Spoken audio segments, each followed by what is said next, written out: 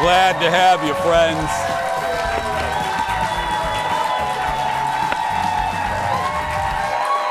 Welcome back.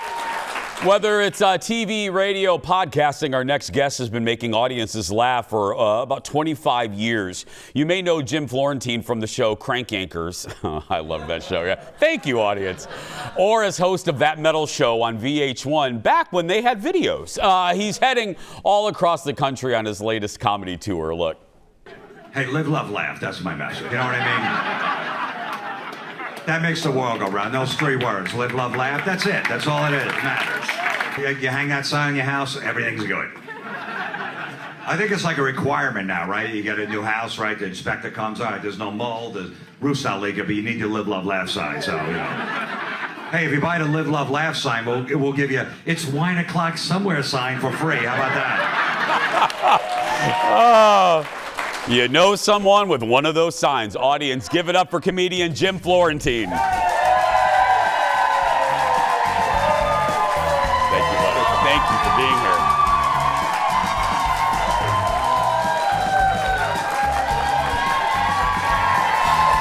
Wow. Yeah, you got almost as big of applause as Master Yoda earlier in the show. That was a good joke that you guys picked. You know, I'm sure everyone in the audience has those signs. And I'm making fun of them, you know. No, it is funny. If you go to Home Goods, half of the pictures there are words framed. Yeah. Yeah. It's perseverance. Whenever I used to get in a fight with my ex-wife, you know, she'd be yelling, I go, live, love, laugh, you hung that sign. I memean,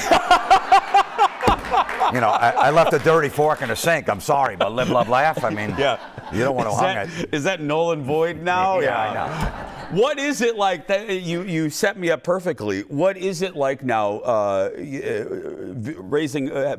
having a kid in your 50s, you're single? Is that comedy gold? Is that better than being married for what you do or not? Yeah, it's good. There's a lot of material there.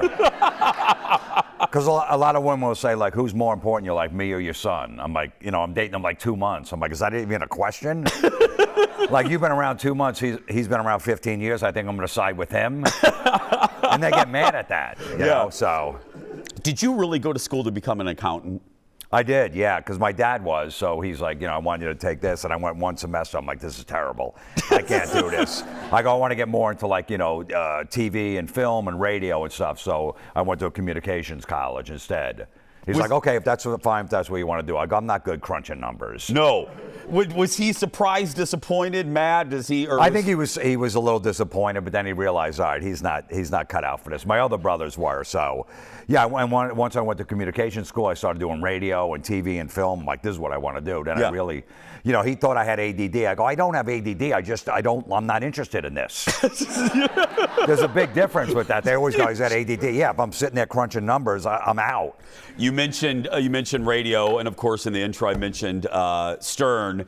What is that like? You know, I love Howard. Howard's one of my North Stars here. What is it like having been a part of what arguably, I don't think there's any debate, the greatest radio show that ever was, that changed radio? Yeah, I mean, look, I was working construction jobs, you know, and listening to his show. And I tell everyone on the job, don't put any power tools on when he's on. Do it during the commercials. I don't want to miss anything. So, and that's what a big fan I was. And then all of a sudden I got an opportunity to go on the show. This was like in 2001 when it was on regular radio. We had like 20 million people listening. Think about that, everybody. I mean, that just doesn't happen. I mean, it doesn't happen. It was bigger than like Johnny Carson at that time. And, you know, I went on there, and I remember being in the green room, like, all right, listen, this is my big opportunity. And once I went on, he took a liking to me, and I was on the show for probably about 10 years, and it made my career. Everything I got in my career is because of that show. And what is that like? I know, because I feel the same way about Howard. When you go in that meeting and you're asked, it's one thing to be a guest, but then when they go to you, Jim, we want you to be a part of the show. I mean, do you pee your pants? Or what do you do? Yeah, I knew it. I remember just go, listen, I know this show. I know what it's about. I know the vibe of the show. Just go in there and don't be intimidated. Yeah. You know, and I remember after like the first break, I made some kind of joke about him and his wife. He said he was walking down the beach and they picked up a bird and they saved it or whatever. And I just said, Howard, you should check your pants and make sure you have your private parts are still there. And that was the first thing I said, I'm going to go for it. And he started laughing and he's like, "That you were great on the air. Just do what you were doing." I'm like, "God, that's perfect." And he just took a liking to me. And it was great. So. And then Crank Yankers, and then that metal show, again, back when VH1 played music. Music, yeah. Oh, we're looking at Crank Yankers, right? Look at this. Oh, Jim. Unbelievable. And that's how I got that show, because Howard had me on because I was messing with telemarketers. When telemarketers would call my house, I would tape record them and mess with them. Jim. And I sent the CD into the show, and they go, "Yeah, we'll play it if it's funny." I'm like, "They're never going to play it." And the next morning he started playing it. He's like, "We got to have this guy in studio." And I still do it to this day, 25 years later. I'm still messing with telemarketers. Do you? Yeah. I'm the only guy that has a home phone. Give it up for Jim, everybody, if you're watching us locally. If you're watching us locally in the Twin Cities, he has shows this weekend at Rick Bronson's House of Comedy at the Mall of America. If you're watching us from across the country, head to jimflorentine.com for tour dates. We'll be right back after this. Thank you, my friend. I appreciate that very much.